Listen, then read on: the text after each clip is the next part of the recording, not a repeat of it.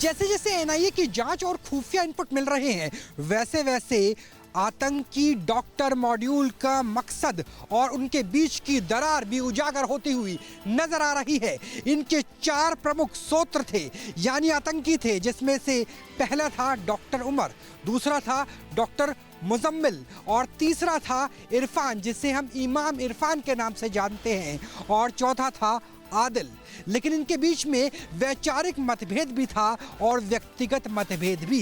वैचारिक मतभेद इस लिहाज से कि जहां डॉक्टर उमर की कोशिश थी कि वो आईएसआईएस खुरासान मॉड्यूल की तरह सीधा लॉन वुल्फ अटैक करे, तो वहीं बाकी तीनों सदस्य चाहते थे कि वो लश्कर तोयबा और जैश ए मोहम्मद से जो इनपुट मिल रहे हैं उनके नाम पर जिस तरीके से अलकायदा हमला करता था, ऑर्गेनाइज तरीके से हमला करे। इसमें यह तो वैचारिक था। व्यक्तिगत ये था कि डॉक्टर उमर की कोशिश थी कि बुरहान वानी की तरह वो पोस्टर बॉय ऑफ टेररिज्म बन के उभरे और एक बड़े हीरो की तरीके से नजर आए। वहीं बाकी तीनों सदस्य चाहते थे कि टीम के साथ, टीम एफर्ट के साथ मिलकर के टेरर मॉड्यूल को अंजाम दिया जाए। और इंतहा तो तब हो गई जब आदिल की शादी में उमर जम्मू कश्मीर तक नहीं पहुंचा। इससे साफ हो जाता है कि डॉक्टर मॉड्यूल के बीच की दरार बेहद गहरी हो चली थी। अल-फलाह यूनिवर्सिटी का एक एक राज खुलता जा रहा है, लेकिन डॉक्टर शाहीन, डॉक्टर मुजम्मिल और डॉक्टर उमर अल-फलाह विश्वविद्यालय से चोरी भी क्या करते थे, ये मैं नहीं कह रहा हूँ, बल्कि मैनेजमेंट के अधिकारी इस बात की अब पुष्टि करते आ रहे हैं। सूत्र बता रहे हैं कि अमोनियम नाइट्रेट के साथ साथ जो सैंपल लिए जाते थे उसका कैसे उपयोग किया जाता था। यहाँ पर जो छात्राओं के लिए मेडिकल की प्रयोगशाला है उसमें जो उपकरण हुआ करते थे उनको डॉक्टर शाहीन, डॉक्टर मुजम्मिल और डॉक्टर उमर चोरी कर कर बाहर ले जाया करते थे। इतना ही नहीं, काफ़ी केमिकल भी यहाँ से चोरी होने के बाद बाहर गया है, जिसको इन्हीं तीनों डॉक्टरों ने गायब किया है। मैनेजमेंट विश्वविद्यालय ने जब इसका पूरा मिलान किया तो उसके अंदर पूरी गड़बड़ियाँ मिलनी शुरू हो गई। हालांकि मिलान के वक्त कभी पैमाने छोटे तो कभी पैमाने बड़े नज़र आए। टेस्ट ट्यूब की किटें छोटी और बड़ी नज़र आनी शुरू हो गई। हालांकि तमाम जो उपकरण हैं वो भी यहाँ से चोरी हुए हैं। बड़े उपकरणों को गाड़ी की डिग्गी में रखकर बाहर ले जाया करते थे, छोटे उपकरण अपने बैग में लेकर जाया करते थे। हालांकि बिल्डिंग नंबर 17, कमरा नंबर 13, जिसमें डॉक्टर शाहीन रहती थी, ख़ास तौर से वहीं पर पूरा प्लान बनाया जाता था। विश्वविद्यालय से चोरी होना अपने आप में इस बात के संकेत देता है कि जो विद्यालय बच्चों की शिक्षा के लिए, ज्ञान के लिए, उनके आने वाले भविष्य के लिए सपने बनता है, तो वहीं डॉक्टर शाहीन उनको कैसे चकनाचूर कर सकती है, डॉक्टर मुजम्मिल कैसे चकनाचूर कर सकते हैं, डॉक्टर उमर कैसे चकनाचूर कर सकते हैं, ये सिर्फ केमिकल चोरी की दास्तान अपने आप में पूरी बयां कर देती है। कहा जा सकता है कि अल-फलाह की जो खामोशी है वो अपने आप में सब कुछ बयां कर रही है। डॉक्टर गायब हैं, केमिकल चोरी हो रहा है, दास्तान चीख चीख के कह रही है, और दिल्ली लाल किले के सामने उसका धमाका अपने आप में इस बात के संकेत देता है कि आखिरकार पूरी बुनियाद, पूरा प्लान इसी विद्यालय के परिसर से रचा गया था। जांच जारी है, देखना है क्या कुछ निकल कर सामने आएगा। एनआईए एक परत खोलती जा रही है। वहीं अगर सूत्रों की बात करें तो जब दिल्ली के अंदर धमाका हुआ तो उसके बाद यहाँ के 10 डॉक्टर भी गायब थे। एनआईए अब उनकी भी तलाश कर रही है। हालांकि अब देखना है क्या कुछ निकलेगा और कैसे अल-फलाह विश्वविद्यालय की परतें खुलती हुई नजर आएंगी। टेलीग्राम को भी क्या नहीं ट्रेस आउट किया जा सकता? वो तो रशियन ओरिजिन माना जाता है, इंडियन फ्रेंडली। अभी टेलीग्राम ने भी ये फीचर दे दिया है कि वो एनोनिमिटी दे देता है। टेलीग्राम में भी आप अपना मोबाइल नंबर लिंक करने की ज़रूरत नहीं है, ईमेल आईडी भी लिंक करने की ज़रूरत नहीं है। यदि आप ईमेल आईडी लिंक करते हो तो ईमेल नॉर्मली लोग प्राइवेट ईमेल आईडीज़ यूज़ कर लेते हैं। कुछ ऐसी ईमेल आईडीज़ हैं जो सिक्योर और हिडन ईमेल आईडीज़ होते हैं, वो इस्तेमाल करके भी आप टेलीग्राम लॉगिन कर सकते हैं। जीमेल जैसा नहीं, कुछ अलग ही टाइप का जो जिसका मिलेगी, तो उस तरीके से भी टेलीग्राम इस्तेमाल हो जाता है। और टेलीग्राम हब हो गया है इस तरह के कंटेंट को शेयर करने का। टेलीग्राम में ना सिर्फ ड्रग ट्रैफिकिंग होती है, आर्म्स एम्युनिशंस ट्रैफिकिंग भी होने लगी है। टेलीग्राम में पोर्नोग्राफिक कंटेंट शेयर होते हैं, हैक्ड कंटेंट शेयर होता है, जो हैकिंग सर्विसेज है वो आती हैं। फिल्म में सारी आपको पायरेटेड मिल जाती हैं, आप कोई भी फिल्म सर्च कीजिए आपको मिल ही जाती है। तो ये एक इस तरह का इलीगल चीज़ों का हब बनता चला जा रहा है। हालांकि टेलीग्राम से आप इन्फॉर्मेशन मांगिए तो मिलती है, लेकिन उतनी इन्फॉर्मेशन कई बार नहीं मिलती कि आप वो केस वर्कआउट कर सकें। कई बार क्या होता है कि जैसे मैंने आपसे कहा कि इस एप्लीकेशन के साथ साथ आप एक VPN भी इस्तेमाल कर लेते हैं। तो सर अगर VPN भी आप थोड़ा दिखा सके, और लगता है कि ऐसा लगता है कि विंडो है ये डार्क वेब का, कि इसके अंदर एप्लीकेशंस का इस्तेमाल किया तो उसके बाद कुछ काम ही नहीं करेगा। अभी यहाँ पर ये एक VPN इस्तेमाल कर रहा हूँ, ये एक्सप्रेस VPN है, और यहाँ पर आप क्लिक करेंगे तो आपको जिस कंट्रीज़ में स्विच करना है वहाँ जा सकते। पाकिस्तान किया हुआ है, मैंने पाकिस्तान किया हुआ है, तो आपको यहाँ पाकिस्तान दिख रहा है। इससे पहले मैंने इजिप्ट कनेक्ट किया हुआ था। आप मेरा अभी करंट का IP देख सकते हैं कि मेरा IP ये आ रहा है और मेरा लोकेशन आ रहा है पराली पाकिस्तान। मतलब अभी मैं यदि किसी से बात करूँगा तो उसको यही लगेगा कि मैं पाकिस्तान में हूँ, मेरा IP एड्रेस।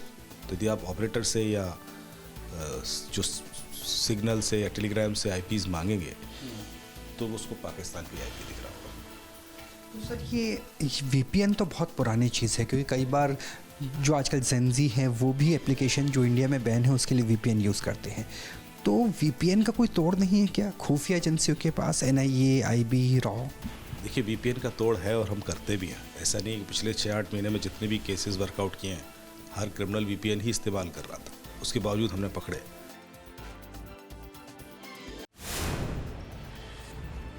कश्मीर की वादियों से लेकर फरीदाबाद के धौज गांव की उन धूल भरी गलियों तक दो मौलाना, दोनों को एक ही काम, आतंकी मॉड्यूल तैयार करना।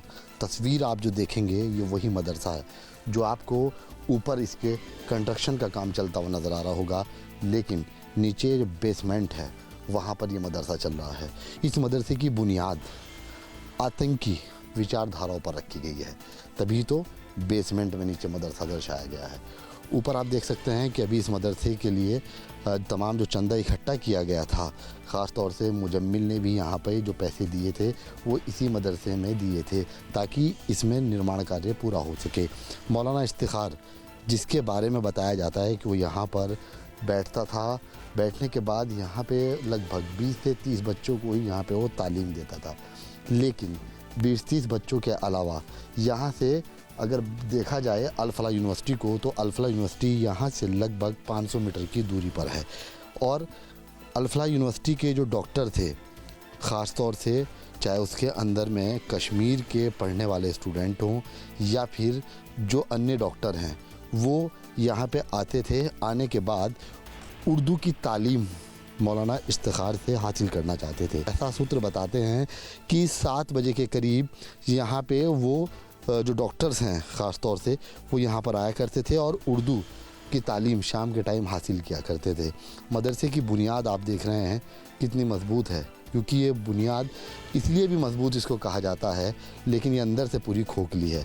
यहाँ पे पानी की टंकी जो रखी गई है ये भी मुजम्मिल ने जब मौलाना इफ्तिखार को पैसे दिए थे तब रखी गई थी। हालांकि एक समरसेबिल भी उसके द्वारा लगवाया गया है, ऐसा सूत्र बताते हैं। वहीं इस मदरसे के अंदर में 20 लाख रुपए का खर्च बताया जाता है।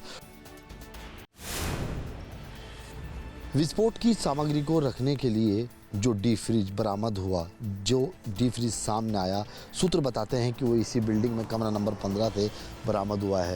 ये वही कमरा नंबर 15 है, इनके ठीक पीछे की साइड में जहाँ 28 नंबर का कमरा है, इसके पीछे 15 नंबर कमरा है। और वहाँ पर जो है उस 15 नंबर कमरे में जो उसके दोस्त रहते थे उनसे मिलने के लिए आया करता था। और यही वो बिल्डिंग है जिसके पीछे कमरा नंबर 15 है, क्योंकि अभी फ़िलहाल जो कमरे आपको नज़र आ रहे हैं तस्वीरों में, इन सभी पर ताला लगा हुआ है और 15 नंबर का कमरा इनके ठीक पीछे है। हालांकि डॉक्टर मुजम्मिल जो विस्फोट का सामान था उसको ज़्यादातर उसी डीप फ्रिज के उपयोग करता था और उसके अंदर में उसको एकत्रित करता था। हालांकि तमाम जो सूत्र हैं वो इसी प्रकार की जानकारी देते हैं।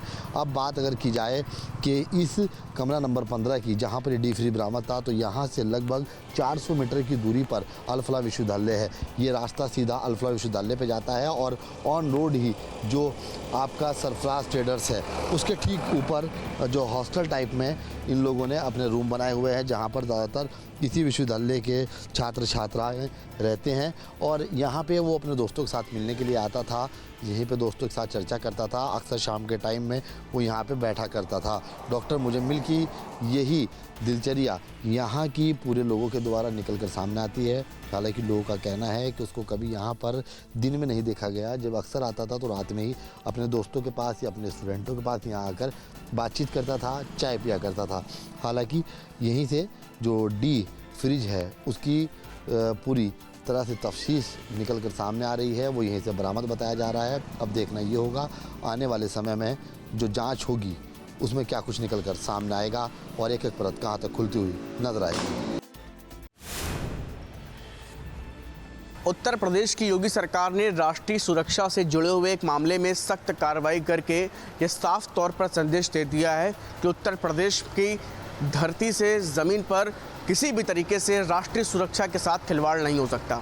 दरअसल बीते दिनों आजमगढ़ में एक मामला सामने आया था, जहां पर एक शिक्षक पाकिस्तान से अवैध रूप से संबंध बनाते हुए तमाम ऐसी चीज़ों को गैरकानूनी तौर पर कर रहा था। इसके बाद इस पूरे मामले में अब उत्तर प्रदेश की सरकार की तरफ से कार्रवाई की गई है।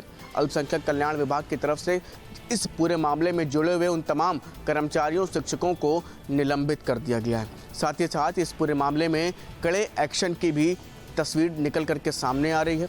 साफ तौर पर उत्तर प्रदेश की योगी सरकार जीरो टॉलरेंस की नीति के तहत राष्ट्रीय सुरक्षा से संबंधित किसी भी तरीके से खिलवाड़ होने पर सख्त कार्रवाई करते हुए नजर आती है और यही इस पूरे मामले में भी फिलहाल देखने को मिल रहा है।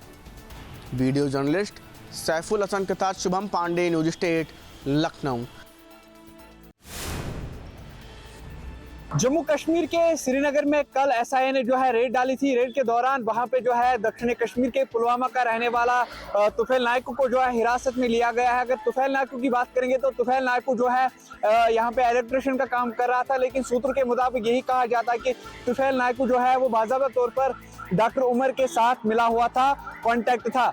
लेकिन पूरी तरीके से अगर देखा जाएगा कि जिस तरीके से एनआईए एसआईए यहाँ पे जो है कार्रवाई कर रही है, बहुत सारे लोगों को हिरासत में लिया गया है और 300 डॉक्टर जो है वो अभी रडार पे यहाँ पे देखने को मिल रहा है। लेकिन पूरी तरीके से यही अब कोशिश कर रहे हैं कि जो इसमें इन्वॉल्व है उनको बख्शा नहीं जाएगा। पूरी तरीके से यहाँ पे अगर देखा जाएगा कि Jammu Kashmir police SIA NIA जो है वो बाज़ाब्ता तौर पर इन्वेस्टिगेशन जो है वो यहाँ पे कर रही है और पूछताछ अलग अलग तरीकों से यहाँ पे कर रही है। लेकिन अब जो एजेंसीज है वो यही कोशिश कर रहे हैं कि जो इस आतंकी टेरर मॉड्यूल का मास्टरमाइंड है उनको हम कैसे जो है एक्सपोज करेंगे, कैसे उनको जो है पर्दाफाश करेंगे। जम्मू कश्मीर के लेफ्टिनेंट गवर्नर मनोज सिन्हा ने आज बाज़ाब्ता तौर पर जम्मू में जो है एक हाई लेवल मीटिंग रखी थी। उस मीटिंग में बड़े पुलिस ऑफिसर्स मौजूद थे और उसके साथ साथ खुद डीजीपी भी मौजूद था। लेकिन अगर देखा जाएगा कि जिस तरीके से अगर हम जम्मू सेक्टर की बात करेंगे तो जम्मू सेक्टर में अलग अलग जगहों पे जो है इनकाउंटर्स देखने को मिल रही है और सुरक्षा बलों को काफ़ी ज़्यादा इनपुट जो है वो जम्मू सेक्टर के अलग अलग ज़िलों से मिल रही है। खास करके अगर हम कश्तवाड़, पुंछ, राजौरी की बात करेंगे तो इन डिस्ट्रिक्टों में जो है आतंकवादी जो एक्टिविटीज़ है वो यहाँ पे काफ़ी देखने को मिल रही है। इसीलिए आज लेफ्टिनेंट गवर्नर मनोज सिन्हा ने एक हाई लेवल मीटिंग रखी थी। उस मीटिंग में बड़े पुलिस ऑफिसर्स मौजूद थे और खुद डीजीपी भी उस मीटिंग में मौजूद था। लेकिन विंटर जो है अब आने वाला है। विंटर में जो सुरक्षा बल के जवान है या पुलिस ऑफिसर्स है, बाज़ाब्ता तौर पर लेफ्टिनेंट गवर्नर ने उनको जो है हिदायत दी है किस तरीके से अब ऑपरेशन जो है वो यहाँ पे आप कर सकते हैं। खालिदार, न्यूज़ स्टेट। अल्मोड़ा जिले के शल्ट क्षेत्र में 21 नवंबर को डाबरा गांव में मिली 121 जिलेटिन छड़ों का मामला लगभग सुलझने की ओर है। आधिकारिक तौर पे पुलिस इस मामले से कुछ भी कहने से बच रही है। सूत्रों से मिली जानकारी के अनुसार ये मामला लापरवाही का नजर आ रहा है। 2 साल पहले यहाँ PMJSY की सड़क का निर्माण हुआ था। 3 किलोमीटर लंबी सड़क थी। इस दौरान गांव के मकान में कुछ मजदूर आके रुके थे। जिलेटिन का इस्तेमाल पहाड़ को तोड़ने में भी किया जाता है। संभावना ये है कि उन मजदूरों की जिलेटिन की छड़ें रही होंगी। उन्होंने यहाँ मकान छोड़ दिया। उसके बाद जो मकान मालिक थे उसको इस बात का अंदाज़ा नहीं था कि जिलेटिन की छड़ें हैं। उन्होंने मजदूरों का जो बचा हुआ सामान था वो बाहर फेंक दिया। और शुक्रवार को बच्चे क्रिकेट खेलते हुए सो गए तो उनकी नज़र जिलेटिन की छड़ों पर पड़ी। उन्होंने इसकी जानकारी स्कूल के टीचरों को दी और टीचरों ने ये जानकारी पुलिस प्रशासन को दी। उसके बाद पूरा पुलिस महकमा एक्टिव हो गया। अल्मोड़ा के पुलिस कप्तान ने 2 दिन वहां डेरा डाला है। उसके बाद उन्होंने भी ये कहा है कि लापरवाही का मामला लग रहा है, लेकिन कहीं से कोई आतंकी घटना की इसमें संलिप्तता फिलहाल नजर नहीं आ रही है। सामान्य तौर पर इन जिलेटिन की छड़ों का प्रयोग सड़क निर्माण के कार्यों में होता है, जिसमें चट्टान वगैरह तोड़ने में इसका प्रयोग करते हैं। लेकिन फिर भी ये किस पर्पज से, किस कारण यहाँ पर आई है, कहाँ, क्यों इस कारण यहाँ पर है, इसके विषय में हम गहनता से जांच करें। इसकी जांच के लिए 4 टीमें बना दी गई है, उसमें टीमें अपना काम करें। न्यूज स्टेट के लिए अल्मोड़ा से दिग्विजय सिंह बिस्ट। देश भर में साइबर अपराध का एक नया तरीका बहुत तेज़ी से फैल रहा है। आपको बता दें कि साइबर अपराधियों की तरफ से आपको आरबीआई के नाम पर वॉइस मेल भेजे जाते हैं और ये कहा जाता है कि आपके क्रेडिट कार्ड या आपके बैंक खाते से कुछ संदिग्ध जो है वो ट्रांजैक्शन हुआ है।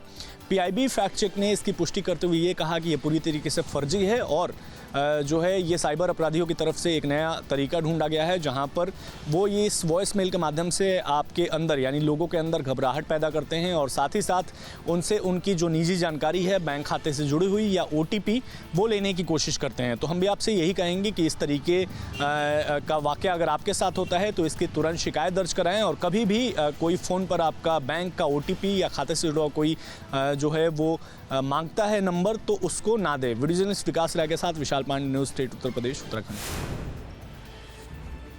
सोशल मीडिया जायंट एक्स ने एक नया अपडेट जारी किया है, यानी कि अब अगर आप अपने एक्स को प्लेटफॉर्म को अपडेट करेंगे तो उसमें कई इन्फॉर्मेशन जो है वो आपके साथ होगी, यानी कि जो लोकेशन है, ऐप कब इंस्टॉल किया गया, उसमें क्या क्या अपडेशन की गई है, वो तमाम जानकारी आप प्रोफाइल पे नजर आएगी। और इसके साथ साथ अगर हम बात करें तो सोशल मीडिया प्लेटफॉर्म एक्स की तरफ से ये कहा गया है कि इससे फेक न्यूज़ और फेक आईडी के बारे में पता किया जा सकेगा, यानी कि बॉट अकाउंट को पता किया जा सकेगा कि किस तरीके से उनको बनाया गया है और कब बनाया गया है, कहाँ उनकी लोकेशन है। ये तमाम जानकारियाँ अब जो है उसके प्लेटफॉर्म पर प्रोवाइड की जाएंगी, जिससे कि फेक न्यूज़ से भी लड़ा जाएगा और साथ ही जो फेक अकाउंट बनते हैं और जिस तरीके से बॉट से लड़ने में मुश्किल आती है, एआई उपकरणों की मदद से बॉट अकाउंट तैयार किए जाते हैं, फिर ट्रोल के लिए उसको इस्तेमाल किया जाता है, तो इन तमाम चीजों पर भी पाबंदी लग पाएगी। वीडियो जर्नलिस्ट अजय कुमार के साथ हरीश झा, न्यूज़ स्टेट, उत्तर प्रदेश, उत्तराखंड। अवैध घुसपैठ को लेकर सीएम योगी ने एक बड़ा फैसला लिया है। सीएम योगी ने प्रदेश के सभी जिलाधिकारियों को निर्देशित किया है कि प्रदेश में अवैध घुसपैठ को रोकने के लिए हर स्तर पर कार्रवाई की जाए। मुख्यमंत्री ने साफ तौर पर कहा है कि सबसे पहले अवैध घुसपैठियों की पहचान की जाए और उसके बाद अस्थायी डिटेंशन सेंटर बनाकर उसमें उन्हें रखा जाए और फिर वापस उनके देश उन्हें डिपोर्ट कर दिया जाए। मुख्यमंत्री ने साफ तौर पर यह निर्देशित किया है कि हर स्तर पर यह कार्रवाई सुनिश्चित होनी चाहिए, क्योंकि देश और प्रदेश की जो सुरक्षा है वो सर्वोपरि है और इसके साथ कोई खिलवाड़ नहीं होने दिया जाएगा। देखिए, मुझे लगता है ये स्वागत योग्य कार्रवाई है। जो लोग इस देश के नागरिक नहीं, उन लोगों का इस देश के संसाधनों पर कोई अधिकार नहीं है। जो भी ऐसे लोग पकड़े जाएंगे उनको जरूर उनके देश डिपोर्ट किया जाएगा। मुख्यमंत्री जी का एक सराहनीय कदम है और इसको कड़ाई से शासन प्रशासन को लागू करना पड़ेगा। विनाश सिंह, न्यूज़ स्टेट, लखनऊ। 25 नवंबर सिर्फ अयोध्या के लिए नहीं, पूरे विश्व के लिए ऐतिहासिक होगा। इस समय हम राम मंदिर परिसर में है। आप देख सकते हैं कि ये राम मंदिर का वही शिखर है जिस पर 25 नवंबर को प्रधानमंत्री नरेंद्र मोदी ध्वज फहराएंगे। तो कुल मिलाकर तैयारी अंतिम चरण में है और श्रद्धालु भी रामलला का दर्शन करने के लिए अपनी कतारबद्ध खड़े हैं। हम अपने कैमरा से कहेंगे कि श्रद्धालुओं को दिखाए, ये देखिए ये रामलला के श्रद्धालु हैं जो दर्शन करने पहुँचे हुए हैं। कुल मिला के हम राम मंदिर परिसर में पहुँचे हुए हैं और ये देखिए कारवां देखिए रामलला का, रामलला दर्शन करने का कारवां है, ये श्रद्धालु वहीं से दर्शन करते हैं। कुल मिला के 25 नवंबर की चायनू के बीच जो है आज श्रद्धालु अयोध्या पहुंचे हुए हैं और यहाँ पर रामलला दर्शन करने के लिए सब आतुर हैं। जो कतारबद्ध जो श्रद्धालु खड़े थे उनके लिए ये जो रो बना हुआ को खोला गया है और श्रद्धालु अब धीरे धीरे जो है रामलला दरबार की तरफ कुछ कर रहे हैं। ये देखिए किस तरह से रामलला जो श्रद्धालु जो दर्शन करने आए हैं वो इधर जो है वो निकल रहे हैं। कुल मिला के 25 नवंबर का दिन बेहद जो है ऐतिहासिक हुआ। अगर सुरक्षा की बात करें तो एसपीजी ने सुरक्षा संभाली हुई है। इसके साथ ही प्राइम मिनिस्टर जब अयोध्या पहुंचेंगे तो अयोध्या धाम को सील कर दिया जाएगा। जितने भी एंट्री पॉइंट है सबको सील किया जाएगा और आज सेना के हेलीकॉप्टर ने अयोध्या धाम की सुरक्षा का पूरा जायजा लिया है। केबी शुक्ला, न्यूज़ स्टेट, राम मंदिर परिसर, अयोध्या। उत्तराखंड मतदाता सूची सुधार प्रक्रिया एक बार फिर तेज होने वाली है। चुनाव आयोग द्वारा SIR प्रक्रिया दिसंबर या जनवरी में शुरू कर दी जाएगी।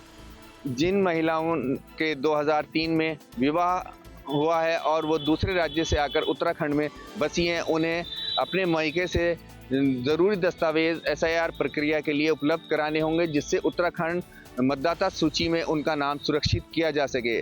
और जिन महिलाओं के 2003 के बाद विवाह हुआ है और दूसरे राज्य से आकर वो उत्तराखंड में बसी हैं, उन्हें ज़रूरी SIR प्रक्रिया के लिए ज़रूरी दस्तावेज उपलब्ध कराने होंगे। यदि उनका नाम 2003 में अपने राज्य वाली मतदाता सूची में है तो उसके पूरी जानकारी SIR प्रक्रिया में उन्हें उपलब्ध करानी होगी। और जिनका 2003 वोटर लिस्ट में नाम नहीं है, उनको जो है अपने माता पिता की वोटर लिस्ट जो है उसकी पूरी जानकारी SIR प्रक्रिया के लिए उपलब्ध करानी होगी। रुड़की से न्यूज़ स्टेट के लिए अली मेहदी। बागपत में एक बार फिर थूक जिहाद का मामला देखने को मिला है। दरअसल आपको बता दें, बालेनी थाना क्षेत्र के जगत फार्म का है, जहां एक शादी कार्यक्रम के दौरान एक जो मुस्लिम युवक है जिसका नाम तौफिक बताया जा रहा है, वो थूक की तंदूर पर रोटी बनाते हुए साफ तौर पर देखा गया है, जिसकी वहां शादी समारोह में पहुंचे लोगों ने वीडियो बनाई और उसको वायरल किया है। फिलहाल वीडियो वायरल होने के आधार पर बालेनी पुलिस हरकत में आई है और उन्होंने उस जो मुस्लिम युवक है उसको गिरफ्तार किया है और पूरे मामले की जांच में जुट गई है। लेकिन जिस तरीके से वीडियो वायरल हुई है, क्षेत्र में हड़कंप देखा जा रहा है और लगातार जनपद बागपत में पहले भी इस तरीके की थूक जिहाद की जो मामला है वो देखने को मिला है। अब देखने वाली बात यह है कि ऐसे जो युवक है किस तरीके से थूक जिहाद के मामले में आ रहे हैं, कौन इनके पीछे है और कौन इनको इस जो हरकत करने के लिए उत्साह रहा है। अब पुलिस तमाम बिंदुओं पर जाँच कर रही है और जो दोषी है उनके खिलाफ भी कार्रवाई की बात कह रही है।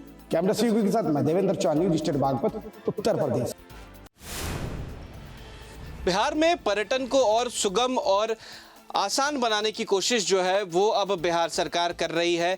कई नई लग्जरी बसों को खरीदा गया है और इसमें कई सारी सुविधाएं जो है वो दी गई है। देखिए इस वक्त जहां मौजूद हैं ये कोई घर नहीं बल्कि आलीशान बस जो बिहार राज्य सरकार के द्वारा खरीदा गया है। देखिए पहले हम आपको ये तस्वीर दिखाएंगे। ये बस बनाया गया है जो बिहार टूरिज्म के लिए है।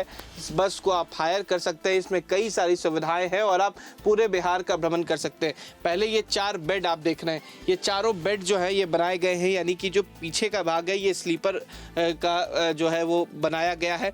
4 यहाँ पर बेड आपको दिए गए और देखिए सभी में कर्टन्स जो है वो यहाँ पर इनबिल्ट हैं। देखिए जैसे ही एक बटन दाबेंगे ये सारा कर्टन्स जो है ये लग जाएगा। ये नई चीज़ें जो हैं और अत्याधुनिक सुविधाओं से लैस जो है ये देखिए यहाँ पर टीवी जो है वो लगाए गए हैं। करीब 4 टीवी जो है चारों बेड के साथ जो है यहाँ पर लगाए गए हैं। और केवल इतना ही नहीं, इससे बाहर निकलेंगे और भी सारी चीज़ें जो है यहाँ पर दी गई हैं। सबसे पहले एक मिनी किचन, ये देखिए बस के अंदर इनबिल्ट मिनी किचन बनाया गया है जिसमें आप देख सकते हैं पानी से लेकर सारी सुविधाएं।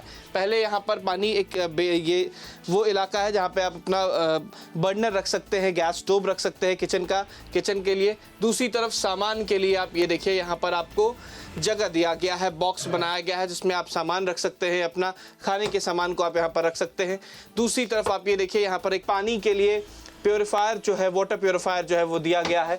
और केवल इतना ही नहीं, आप अगर घूम रहे हैं तो आपके साथ नहाने के लिए भी व्यवस्था जो है वो की गई है। देखिए वॉशरूम जो है इसके अंदर इनबिल्ट बनाया गया है, ये वॉशरूम है, यहाँ पर आप अंदर आ सकते हैं। यहाँ पर सिटिंग की व्यवस्था जो है वो काफ़ी अच्छी है, यानी कि अगर आप चाहें तो आप यहाँ पर बैठकर मज़े ले सकते हैं। इसमें कई सारी चीज़ें हैं। ये देखिए जैसे ही एक बटन दाबेंगे ये कर्टन्स जो है वो ऊपर चला जाएगा। दूसरी तरफ इस रिक्लाइनर के लिए इसमें देखिए जैसे ही इस बटन को दाबेंगे ये रिक्लाइन जो है वो होने लग जाता है और रिक्लाइन की व्यवस्था जो है वो इसमें की गई है। इस चेयर के बारे में और भी काफ़ी खासियत जो है वो हम आपको बताएंगे। देखिए जैसे ही इसको दाब रहे हैं ये देखिए ये दूसरी तरफ जो है वो खिसकता जा रहा है। आप देखिए किस तरीके से ये जो है दूसरी तरफ खिसक रहा है और ये स्पेस जो है वो आपके पास मिलेगा। दूसरी तरफ आगे बढ़ेंगे तो एक बड़ा सा टीवी जो है वो दिया गया है और उसके साथ कनेक्टेड स्पीकर्स जो है वो दिए गए हैं। और यहाँ पर देखिए यहाँ पर एक इंटरकॉम दिया गया है। इस इंटरकॉम से आप बात कर सकते हैं, अपने ड्राइवर से बात कर सकते हैं। किसी तरीके की कोई काम हो तो आप सीधे इंटरकॉम से बाहर ड्राइवर की तरफ बात कर सकते हैं। आने वाले कुछ समय में इसे आम जनता के लिए खोल दिया जाएगा। इसकी जो किराया होगा इसे भी राज्य सरकार जो है वो बता देगी। आप इसे रेंट पे ले सकते हैं, इससे आप घूम सकते हैं और बिहार के पर्यटन को एक्सप्लोर कर सकते हैं। राजधानी दिल्ली में एयर क्वालिटी इंडेक्स एक बार फिर खराब स्तर में पहुंच चुकी है। इस समय अगर हम बात करें तो एयर क्वालिटी इंडेक्स 400 के आसपास बना हुआ है।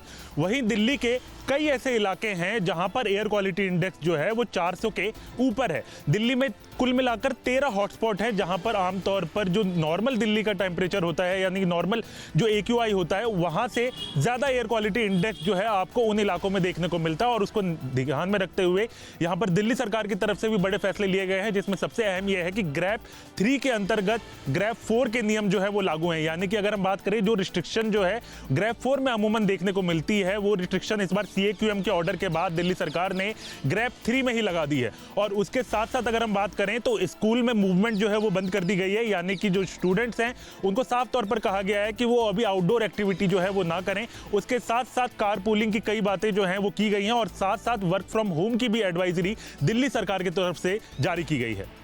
वीडियो जर्नलिस्ट अजय कुमार के साथ हरीश झा, न्यूज स्टेट, उत्तर प्रदेश, उत्तराखंड।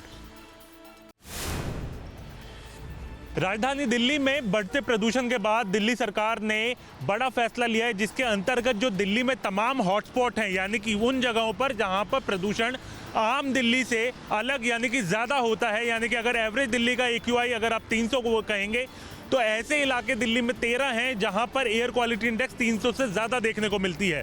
तो उनके लिए एक खास प्लान दिल्ली सरकार तैयार कर रही है। इस समय हम ITO में हैं और ये भी उन हॉटस्पॉट में से एक है। और यहाँ पर दिल्ली सरकार ने, आप तस्वीरों में देख सकते हैं कि एक पाइपलाइन जो है वो बिछाई है और साथ में इनमें नॉस्ट्रल्स जो हैं वो लगाए गए हैं। यानी कि जब पाइपलाइन के जरिए जो है इनमें पानी जो है वो छोड़ा जाएगा और जिसके बाद ये पानी यहाँ से निकलते हुए जाएगा और ये जो आसपास और नीचे का जो पॉल्यूशन है उसको कंट्रोल किया जाएगा। और साथ ही जो तमाम स्ट्रीट लाइट हैं उनमें भी अब नॉस्ट्रल जो है वो लगाए जाएंगे ताकि वहाँ से भी एयर क्वालिटी इंडेक्स जो है वो कंट्रोल किया जा सके इन तमाम हॉटस्पॉट पर। ये जो तमाम आप नॉस्ट्रल देख रहे हैं, इस तरीके के नॉस्ट्रल पूरे सड़क पर लगाए गए हैं, खासकर जो ITO का चौराहा है जहाँ पर एयर क्वालिटी इंडेक्स जो है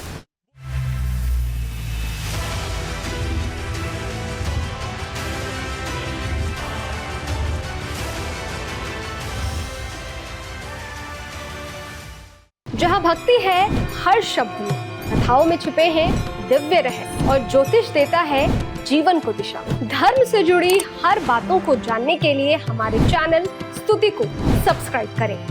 चैनल पर जाने के लिए इस लिंक पर क्लिक करें।